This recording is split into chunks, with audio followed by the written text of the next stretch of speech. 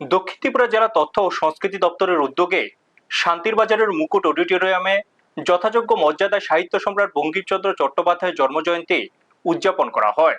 দক্ষিণ ত্রিপুরা জেলা পরিষদ, শান্তির বাজার পৌর পরিষদ, বগাফা পঞ্চায়েত সমিতি এবং জোলাইবাড়ি পঞ্চায়েত সমিতির যৌথ সহযোগিতায় আয়োজিত অনুষ্ঠানের সূচনা হয় চারাগাছে জল সিঞ্চনের মাধ্যমে। অনুষ্ঠানের প্রধান অতিথি হিসেবে উপস্থিত ছিলেন দক্ষিণ ত্রিপুরা জেলা পরিষদের সভাধিপতি দীপক দত্ত। তিনি বঙ্কিমচন্দ্র চট্টোপাধ্যায়ের প্রতিকৃতিতে পুষ্পার্ঘ্য অর্পণ করে শ্রদ্ধা জানান এবং তার সাহিত্য কীর্তি ও ভারতীয় জাতীয়তাবাদী চেতনায় অবদানের কথা তুলে ধরেন।